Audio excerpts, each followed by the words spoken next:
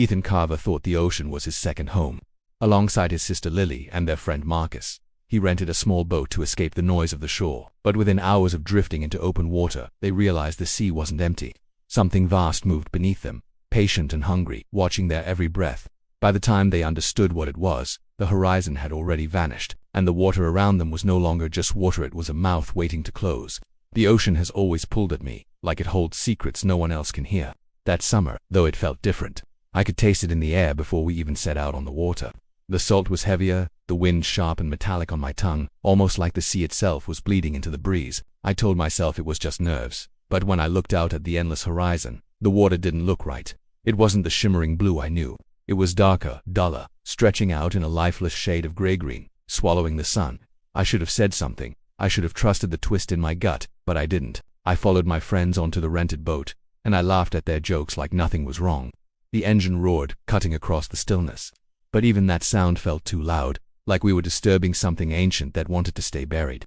The gulls disappeared the further we went, as if they knew better than to linger above these waters. That silence grew so heavy I could hear the blood rushing in my ears.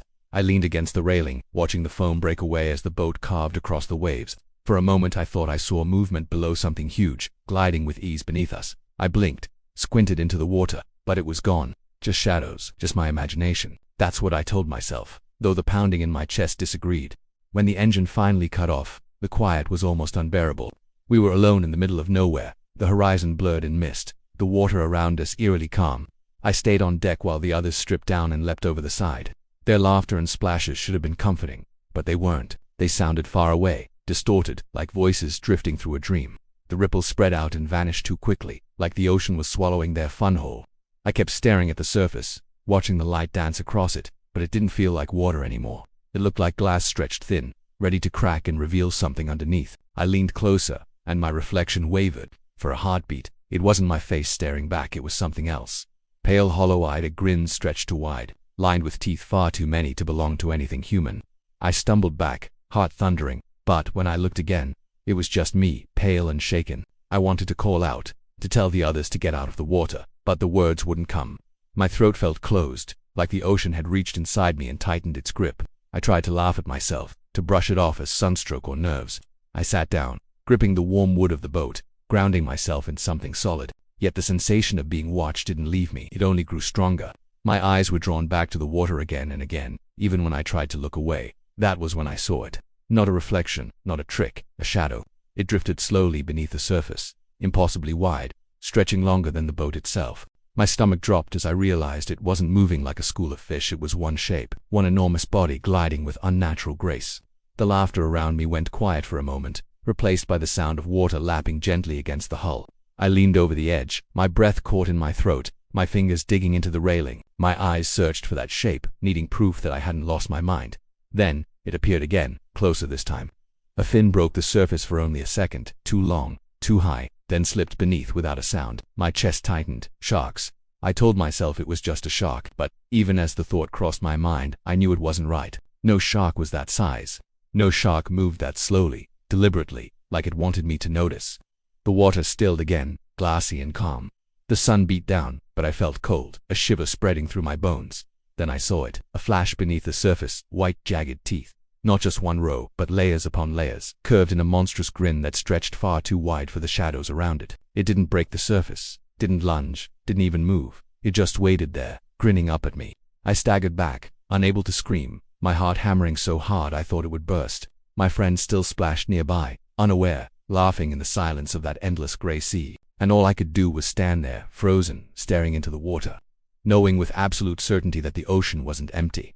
Something vast was waiting beneath, patient and hungry, and it had already chosen me. My chest felt tight as I tried to breathe, the weight of the ocean pressing against me even though I was still on the boat. The laughter of my friends grew thinner, more distant, until it sounded like it was drifting through walls of water. I wanted to call them back in, to warn them, but the words sat heavy in my throat. My mouth opened, yet nothing came out. It was as if the sea itself had stolen my voice. I gripped the railing harder, knuckles white, staring down into the shifting surface. Every small ripple seemed deliberate, every glint of sunlight like an eye staring back. I told myself to look away, to focus on the safety of the boat. But I couldn't. My gaze was locked, trapped, like a fish on a hook. The shadow came again, sliding beneath us, larger than before. My mind rebelled against what I saw, whispering lies to comfort me. A whale, maybe a trick of the light, but I knew. This wasn't the graceful movement of a whale, nor the quick flick of a shark. This was something else, something older. It moved like it had no reason to hurry, as though the whole ocean bent to its will. A sudden splash jolted me from my trance.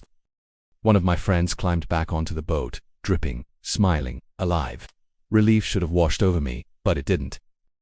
The relief lasted only seconds before I noticed something strange. His legs, slick with seawater, glistened with faint streaks of red. He laughed, wiping at his face, unaware. I froze, unable to tell if it was blood or just the sun playing tricks.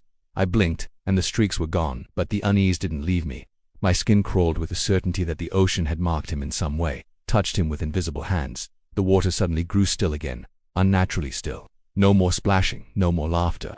I forced myself to the edge and looked down. The others had gone quiet, their bodies floating peacefully on the surface. For a moment I thought they were playing a prank, holding their breath. Then I noticed the water around them shifting, darkening. It wasn't shadows, it wasn't a trick of the light. It was movement, swirling around them in a slow circle. I could barely process it before it happened. The ocean erupted behind them with a violent burst of foam. A massive shape surged upward, too fast to comprehend, too enormous to take in.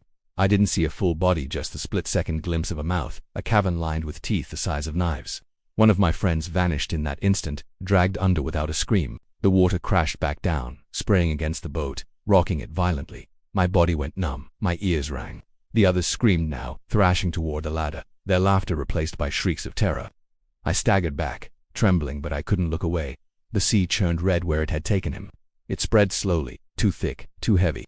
I felt sick, bile rising in my throat. The boat rocked again, but not from the waves. From below. Something was brushing against it. Something massive, circling, testing. The wood groaned, creaking under pressure it wasn't built to withstand. I grabbed the railing and held tight, every nerve in my body telling me we were being hunted. The water went quiet again. My surviving friends clung to the boat, gasping, eyes wide, searching the waves for any sign of what had taken him. I didn't join them. I couldn't.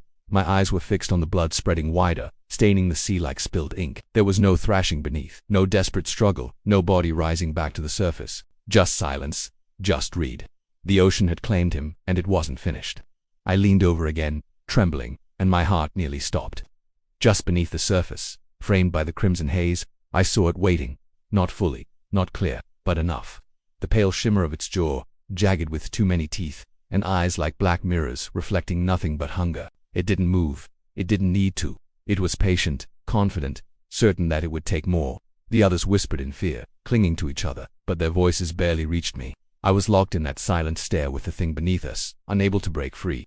Then, with a slow, deliberate flick of its tail, it sank deeper, disappearing into the abyss. The water above smoothed out again. Eerily calm, as if nothing had happened, but I knew better. Calm seas don't hide peace, they hide predators. And now the silence was worse than the violence because I couldn't tell where it had gone. I couldn't tell when it would rise again. The last thing I saw before I forced myself back from the edge was a bubble rising to the surface. Not air, not foam, red, a single, perfect bubble of blood popping against the still water. The silence that followed was unbearable, heavier than the roar of the engine or the screams that had been swallowed by the waves. My friends clung to the boat, pale and shaking, their eyes darting across the water, searching for movement. I couldn't look at them. I couldn't look anywhere but down, into the restless darkness beneath us. The ocean had turned from playful to hostile in a matter of moments, and now every ripple felt like a warning. The calm wasn't comforting anymore. It was a trap, a curtain drawn across something vast and waiting. I knelt at the side of the boat, staring into the depths, my breath short and sharp. The water no longer seemed like water. It felt alive, like skin stretched tight over muscle. It shifted with a slow pulse, almost rhythmic, as though the entire sea breathed with the creature beneath it. I thought of how small we were, floating on a wooden shell above something so massive it could erase us with a single thought. My body begged me to turn away, to close my eyes, but I couldn't. Curiosity and terror chained me to that spot. And then I saw it again. The shadow returned, bigger than before. It drifted lazily too wide to take in at once. I leaned over farther, trying to trace its outline, but it stretched far beyond the boat, beyond my sight, as though it wrapped around us in a slow circle. A fin broke the surface only briefly, slicing through the water like a blade. My stomach twisted when I realized how high it rose, taller than me. I wanted to scream, but my throat burned, my voice lost. The boat rocked gently, almost soothingly, but I knew it wasn't the wind or waves. It was the creature brushing against us, nudging, testing. The wood creaked a long groan that made my skin crawl. I pressed my hand against the boards, trying to steady myself, and that was when I felt it. Wet, sticky. I pulled my palm back and stared. Red smeared across my skin. It wasn't seawater. It wasn't paint. It was blood. The hull of the boat was bleeding.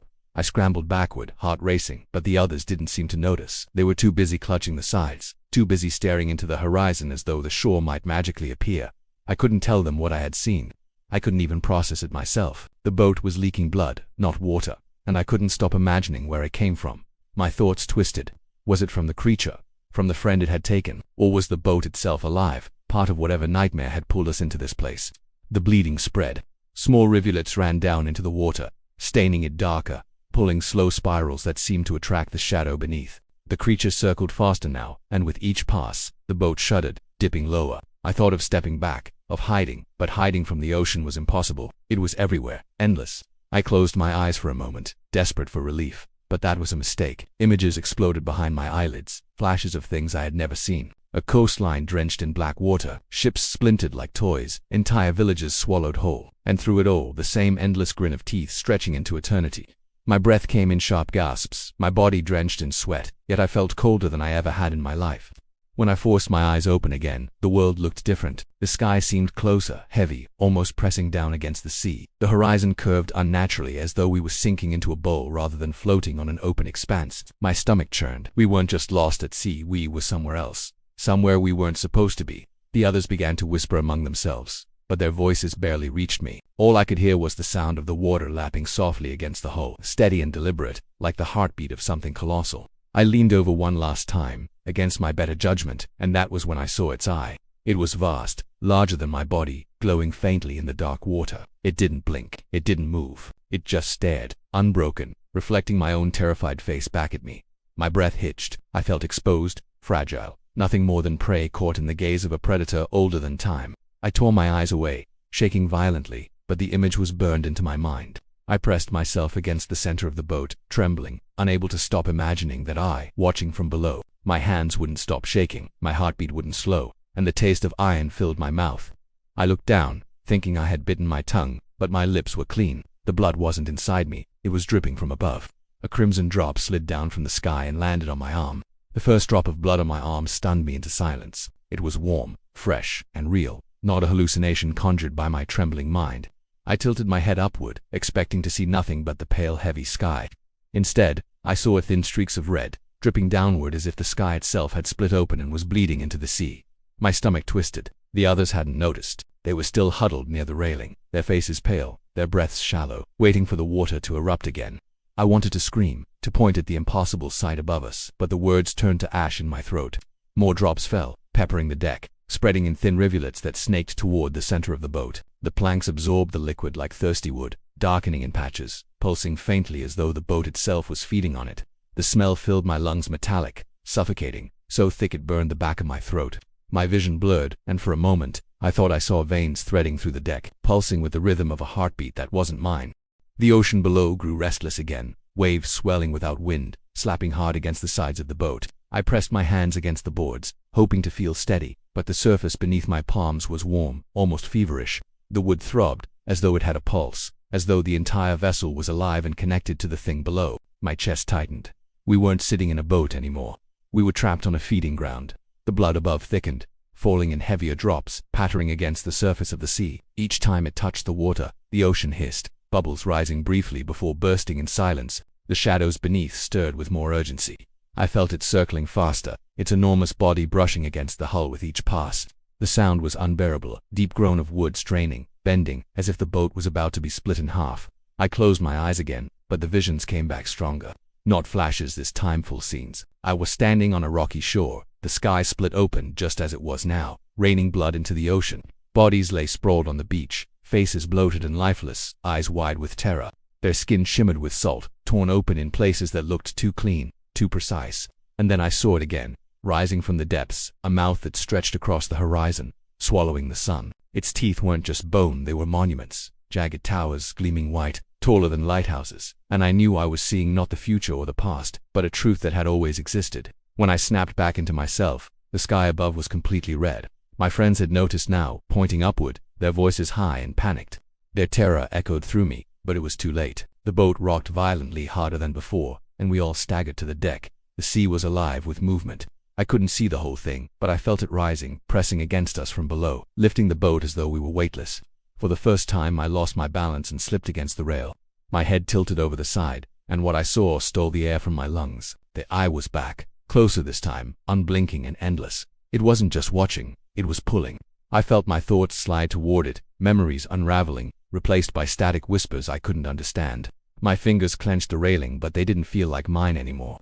The ocean was reaching inside me, tugging pieces of me away. I pulled back, collapsing onto the deck, gasping for air, but the air was no longer clean. It reeked of salt and rot, thick with the iron stench of blood. I tried to look at my friends, but their faces blurred, their features stretching, twisting, unrecognizable. My vision swam, my ears filled with a low hum vibrating through the wood, through my bones. That sound was steady, ancient, patient. It wasn't just noise, it was a voice.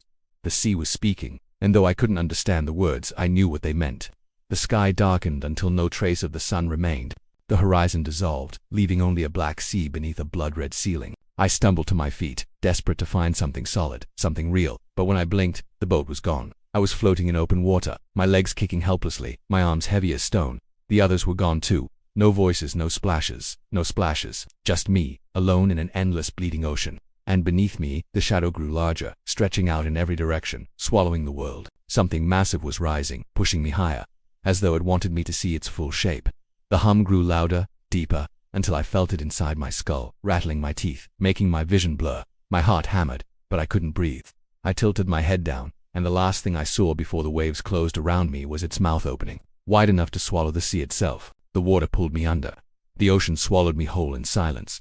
No splash, no scream, just the suffocating pull of water closing over my head. I thrashed instinctively, my arms heavy, my lungs screaming for air, but it was useless. The sea dragged me deeper, down into blackness that thickened with every foot I sank. The world above vanished too quickly.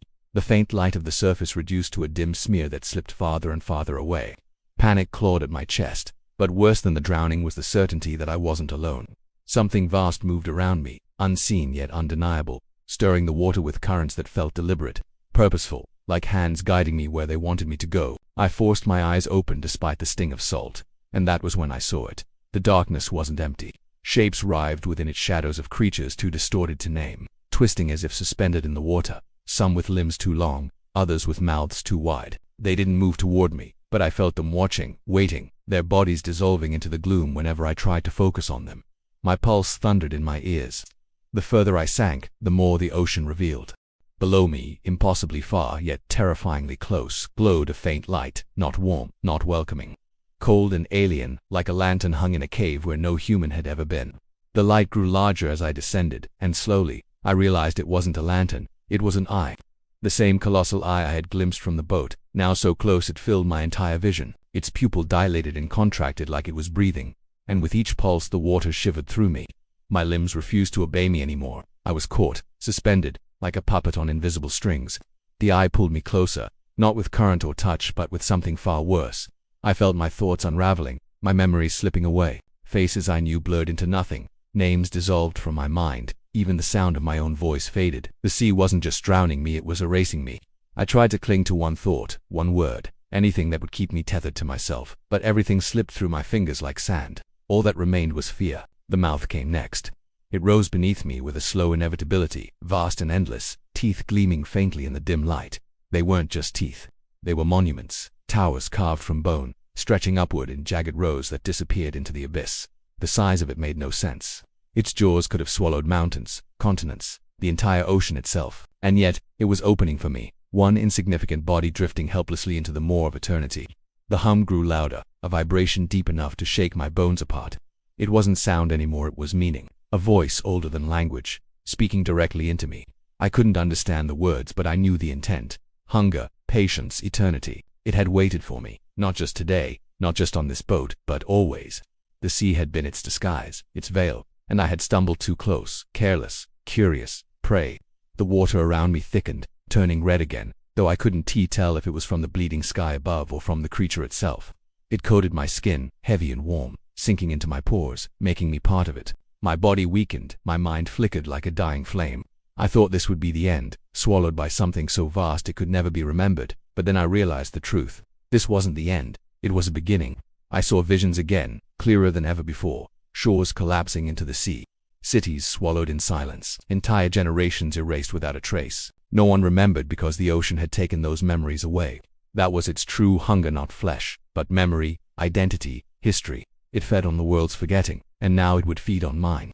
I drifted closer to its teeth, the black abyss of its throat yawning wide, and for a brief moment, I thought I heard voices, not screams of the dying, but whispers of those already consumed. They called out in languages I didn't know, words fractured and broken, pulling at me with promises I couldn't resist. I realized then that every person who had ever been lost at sea, every ship that had vanished, every body never recovered, they hadn't disappeared. They were here, inside, part of it. The eye blinked, and I was swallowed whole. I expected pain and end, but instead there was only silence. Darkness thicker than water, no air, no sound, yet I still existed, suspended in a place without time. I reached for myself, for the memory of who I was, but found nothing. Only the ocean remained, endless and alive. My last thought before it dissolved was the most terrifying of all. The surface world was still out there, still living, still pretending the ocean was just water. They didn't know, they couldn't know, but someday, they would drift too far, and it would be waiting, and I would be waiting with it.